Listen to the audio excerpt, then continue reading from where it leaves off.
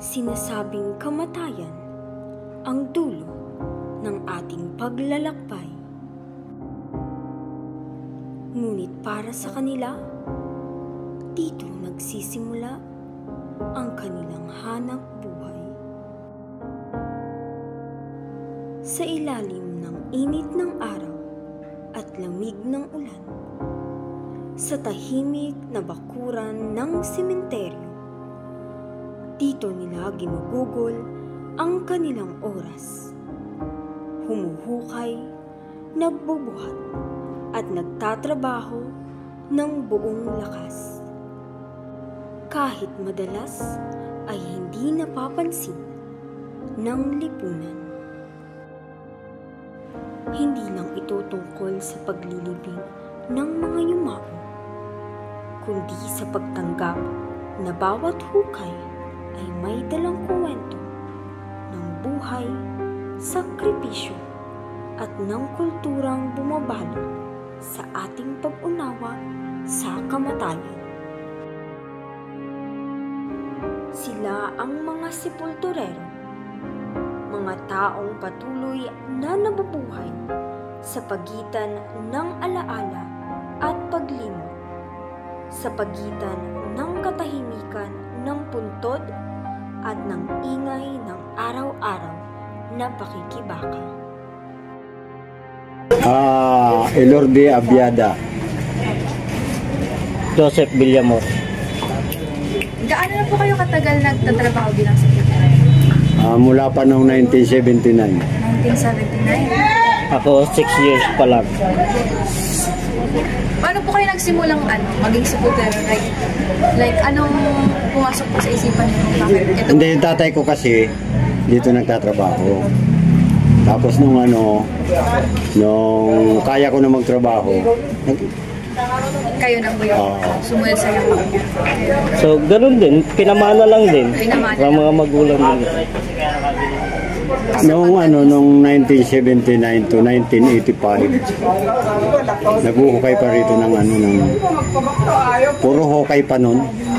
Yung SARS sa lupa pala sa baon yung nakabaon yung patay natin nun. Tapos nung pumasok na yung 80, 81, 82, 83, puro single niche na. Tumatayo na po. Opo. Yung tumatayo, nicho na, hindi na yung hukay.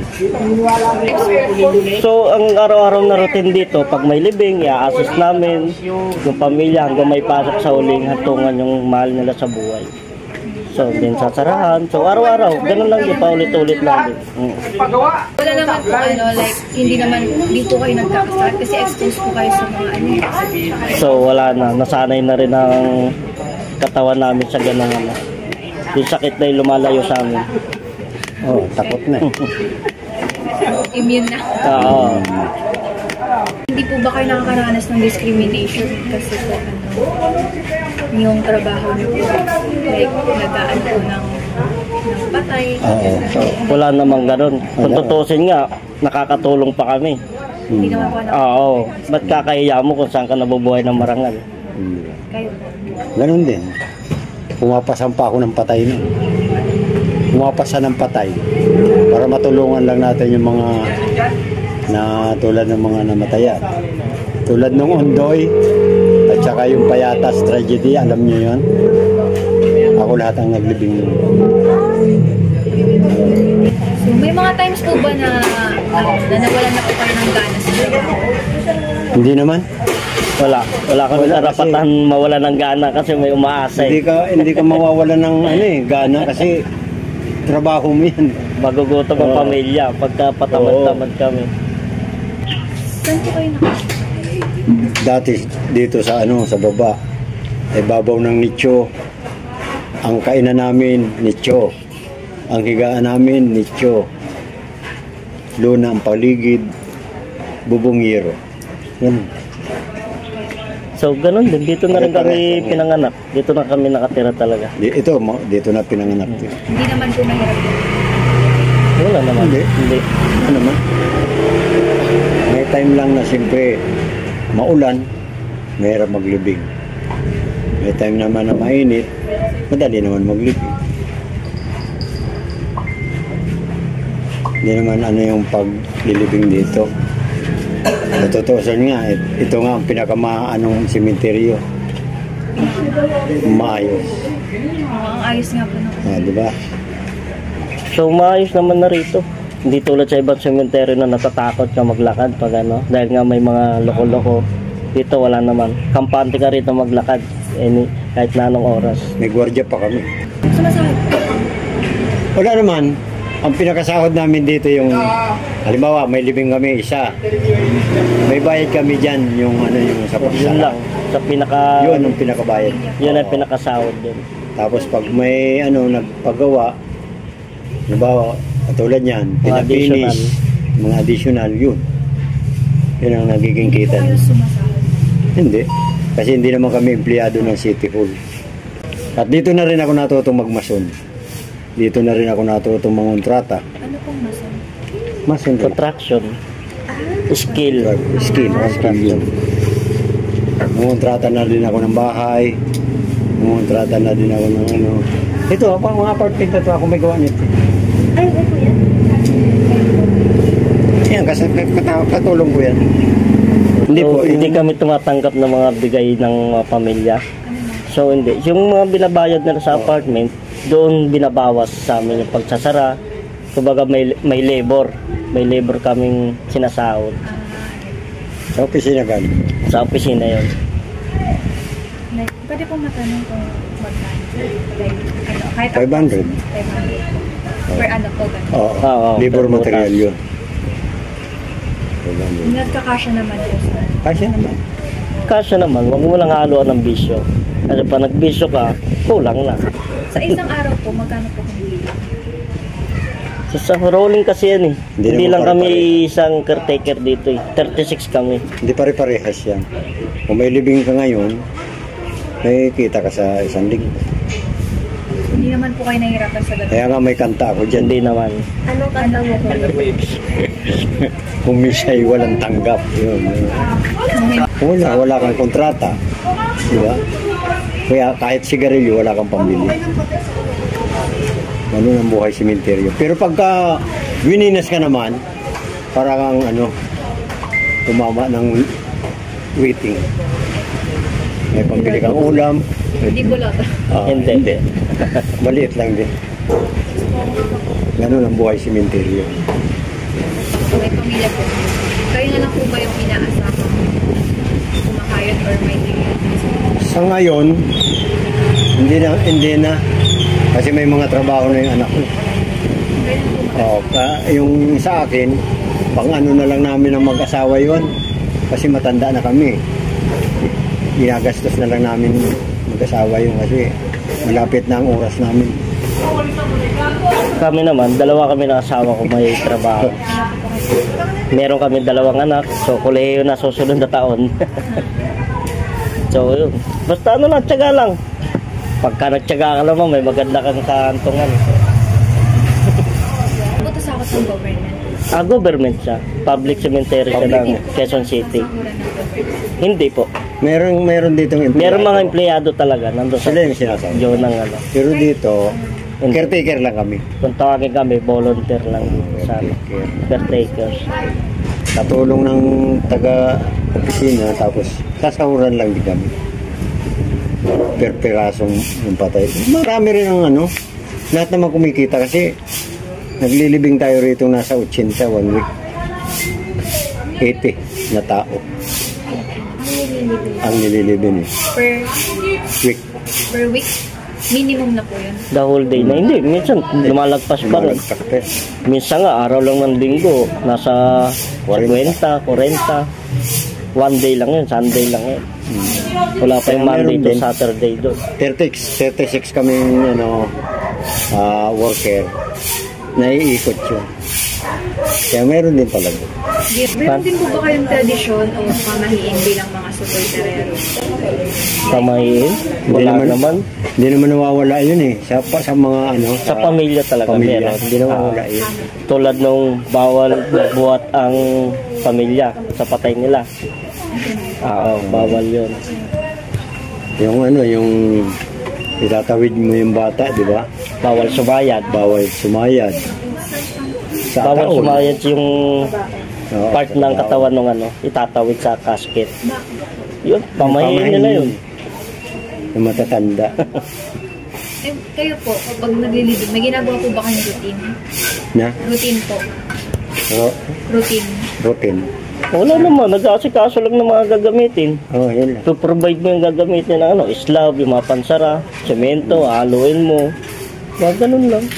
Meron nagpapakita dyan. Meron po. Paminsan-minsan. Ay, pero makaka-encounter na po ba kayo ng gano'n? Oo. May Pwede po. Ano pa naman, dalawang bisis pa lang. Diyan sa lugar na yan. meron. Kayo po. Wala pa naman. Wala po. Wala na rin sila. Wala. Nakita ko yung 1985. Pero hanggang ngayon wala na. Hindi na sila napakita. Hindi po ba kayo natatakot? Kapag, lalo na po pag gabi, like, alam niyo po yung mga katabi niyo po. Wala na. Nasanay na lang mula nung mas maayos na nga ngayon kaysa nung araw. Kasi nung araw, tatawiran mo pa sila. Ngayon pa kaya, nakalisada na. Sabi ko nga sa'yo, nakahiga kami sa pansyon. Pansyon. Sa babaw ng Sa nicho. ibabaw ng pansyon. Sa ibabaw ng nicho. Doon kami nagbabanig. Doon kami higa.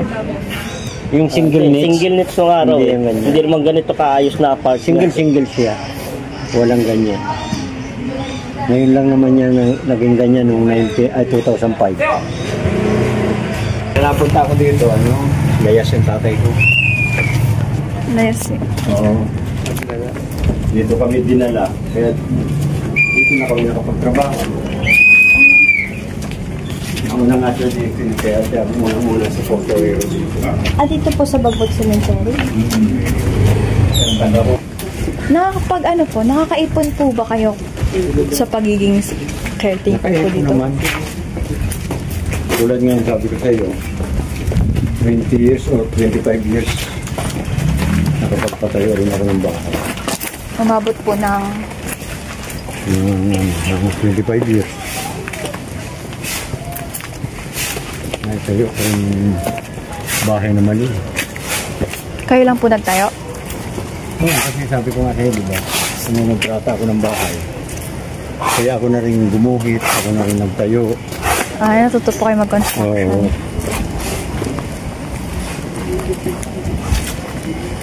Ito nga to. Ito lang yung kapatid ko yung tindahan na yun. Ay, kapatid niyo po? Panganay.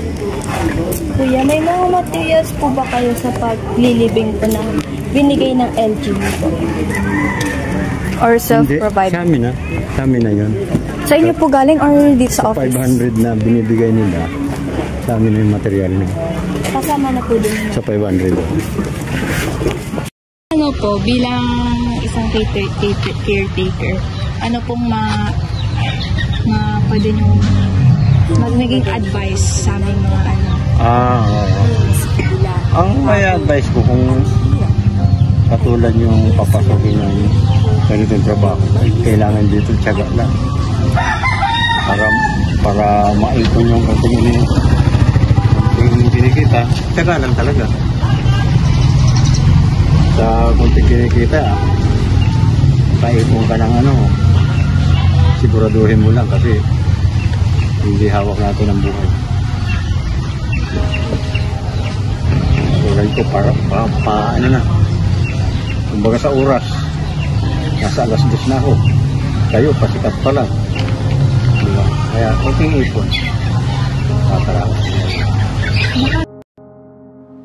Sa tahimik ng mga nicho, sa gitna ng mga krus na walang pangalan, naroon ang mga kamay na patuloy na kumikilos.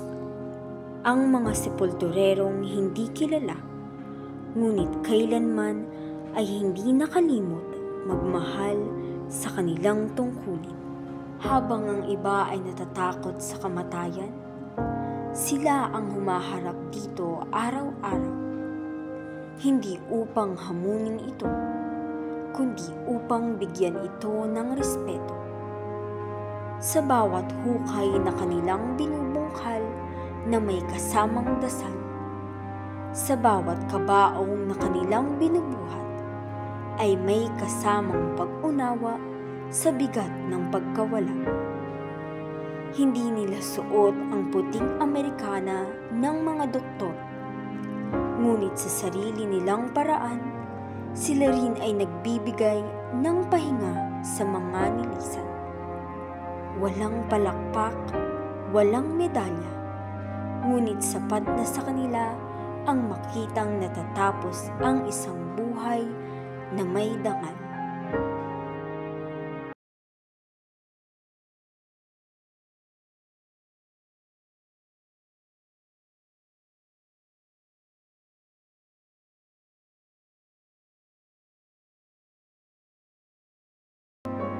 Sapagkat sa bawat hukay na kanilang hinuhukay, naroon ang isang katotohanang hindi matatakasan, na darating ang kamatayan sa ating lahat.